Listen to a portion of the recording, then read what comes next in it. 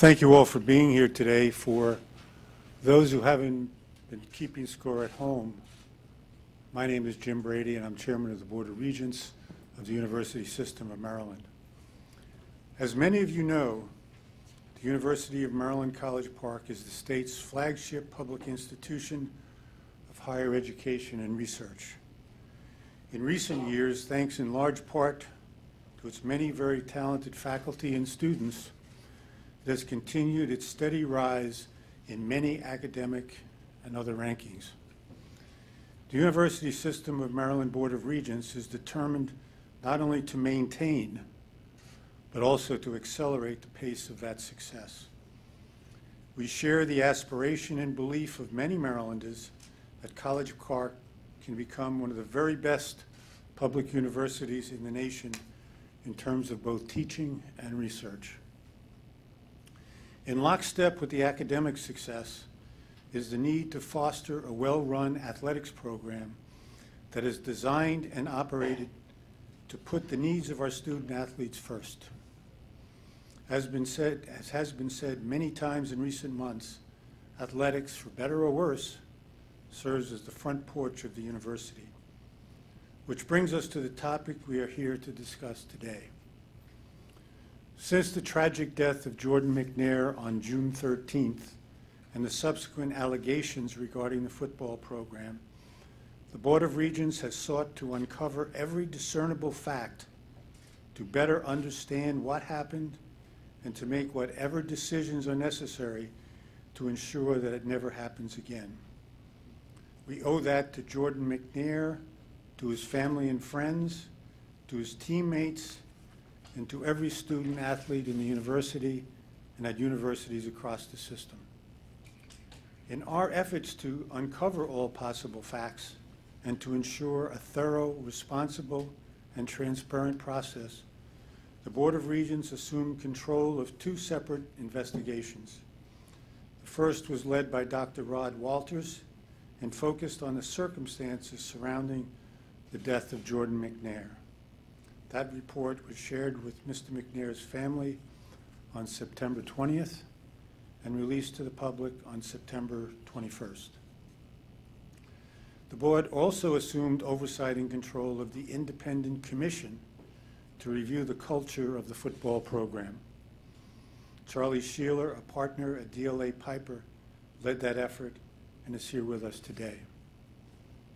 The commission's report, which was not about and did not review the circumstances of Mr. McNair's death, was first shared with the board on October 19th. The board considered the commission's findings in a meeting on October 23rd, and the report was subsequently made public by the media. On October 25th, the Board of Regents accepted all findings and recommendations contained in the commission report. I would like to highlight just a few of those here. The board accepts the commission's finding that the Maryland football team did not have a toxic culture, but it did have a culture where problems festered because too many players feared speaking out. The board accepts that during football coach DJ Durkin's tenure, the athletics department lacked a culture of accountability, did not provide adequate oversight of the football program, and failed to provide Mr.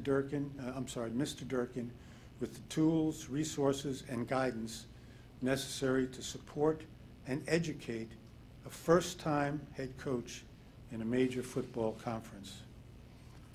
The board accepts that both Mr. Durkin and leadership in the athletics department share responsibility for the failure to supervise strength and conditioning coach Rick Court, and that on too many occasions Mr. Court acted in a manner inconsistent with the university's values and basic principles of respect for others. And the board accepts that the university leadership bears some responsibility for the ongoing dysfunction of the athletics department. These are, of course, just a few of the findings accepted by the board.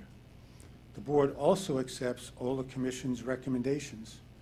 This includes the recommendation, which was shared by Dr. Walters, that College Park should institute a strong medical model for student-athlete care to improve health outcomes and ensure that the university is a leader in collegiate sports medicine best practices.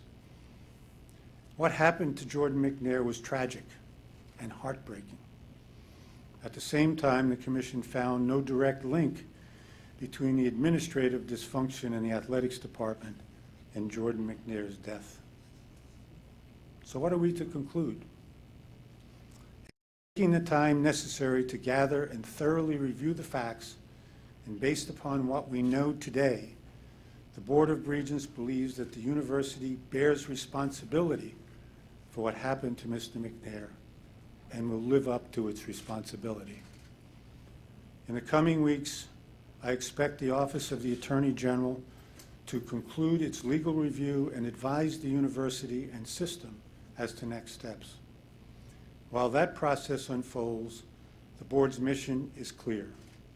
We must ensure that the recommendations in these two reports are implemented swiftly at College Park and as appropriate at every campus across our university system.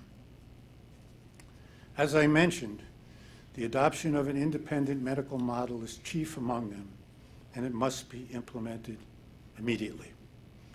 While this is not necessarily a standard practice at universities across the nation, it is a best practice, and it will be our practice. To ensure that this happens, the Board of Regents will establish an independent monitoring group to oversee the implementation of these policies and procedures. The independent monitoring group, which we expect to name in the coming weeks, will report to the full Board of Regents.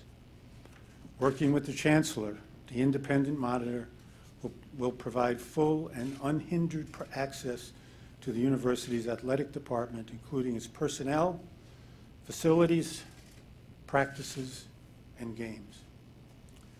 As we move forward with the implementation of these policies and procedures, we agree with the Commission that there is common ground to be found among the various stakeholders across the university.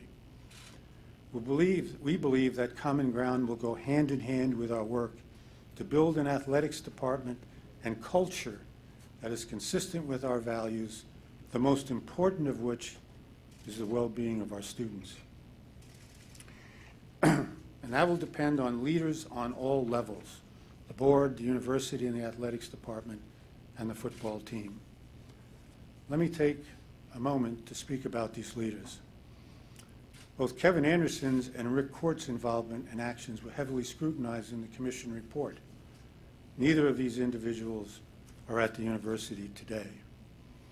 The Board of Regents met last week with President Wallace Lowe, Athletic Director Damon Evans, and Head Coach DJ Durkin.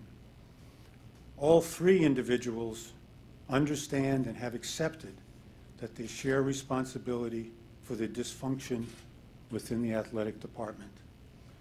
We also found that all three individuals share our commitment to improving the culture in the university's football program and to implementing the recommendations of both the Walters Report and the Independent Commission. As president, Dr. Lowe bears responsibility for the dysfunction in the athletics department. He has acknowledged as much to the Board of Regents. Since this summer, President Lowe has begun to implement a series of reforms, many cited in the Walters Report, to transform the operations of the athletics department. We expect him to continue doing so in the coming weeks and months. The board knows that Dr. Lowe is committed to this critical task, and he will speak to that commitment in a few moments. Damon Evans also shares responsibility for the dysfunction in the athletics department during the time that he served as deputy and interim director. He has acknowledged as much to the board and has agreed to address any remaining issues expeditiously. At the same time, we understand that as both deputy and interim AD, he first reported to another leader, then was only in a transitional position. Since being appointed to the role permanently in June, Mr. Evans has begun working with President Lowe to implement a series of reforms consistent with the findings in the Walters report and the Commission investigation. We believe that Mr. Evans should be given the opportunity to lead the athletics department, and accordingly, we recommend to the university leadership that he be given that opportunity. He has shared with the board his thoughts on a strong plan to address the issues he observed in the department before being appointed its leader, and we believe that he is the right person to move the department forward at this critical time. The Board of Regents also met with Coach Durkin. We believe Mr. Durkin failed to adequately supervise strength and conditioning coach Rick Court, but that this failure is shared by the university's athletic department. We also acknowledge the many individuals who spoke with the independent commission about Coach Durkin and his leadership style. Those comments, as detailed by the commission, were at times very critical of Coach Durkin and his lack of oversight of Mr. Court. But many others, players and families in particular, spoke very positively and with great affection about Coach Durkin and his deep commitment to the football program and its players and their families. We believe that Coach Durkin has been unfairly blamed for the dysfunction in the athletic department, and while he shares some responsibility, it is not fair to place all of it at his feet. Coach Durkin was incredibly forthright with the Board of Regents during our meeting. He also participated in more than 10 hours of interviews with the independent commission. He has acknowledged his role in the athletics department's shortcomings while he served as head coach, and he is committed to ensuring the proper reforms, working with the independent monitor to see that they are implemented. For these reasons, the Board of Regents recommends to the university leadership that Coach Durkin remain head coach of the University of Maryland College Park football team. Find my gin here.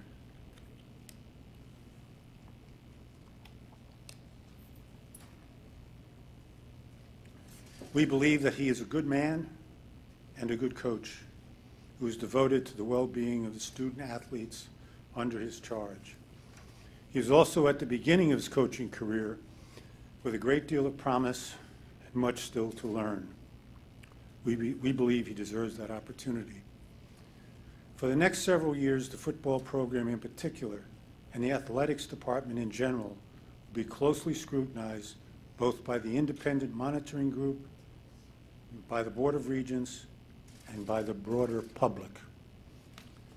We will expect everyone involved to perform in a manner that is totally consistent with the values of the University of Maryland College Park. There will be no third chance for any of those involved to get this right. Before I take questions, I would like to conclude where we began, and that is the tragic death of Jordan McNair. It is our hope, when we assumed oversight of the two separate investigations, that we would uncover all the discernible facts and in an open and transparent manner make the decisions necessary to foster the health and well-being of student athletes. And while we have made those decisions, the process of ensuring a healthy and positive football culture is only just beginning. In the months and years to come, accomplishing this goal and thereby modeling our values as a university system and as Marylanders, we will take the concerted efforts of everyone involved, including university leaders and the Board of Regents. We will forever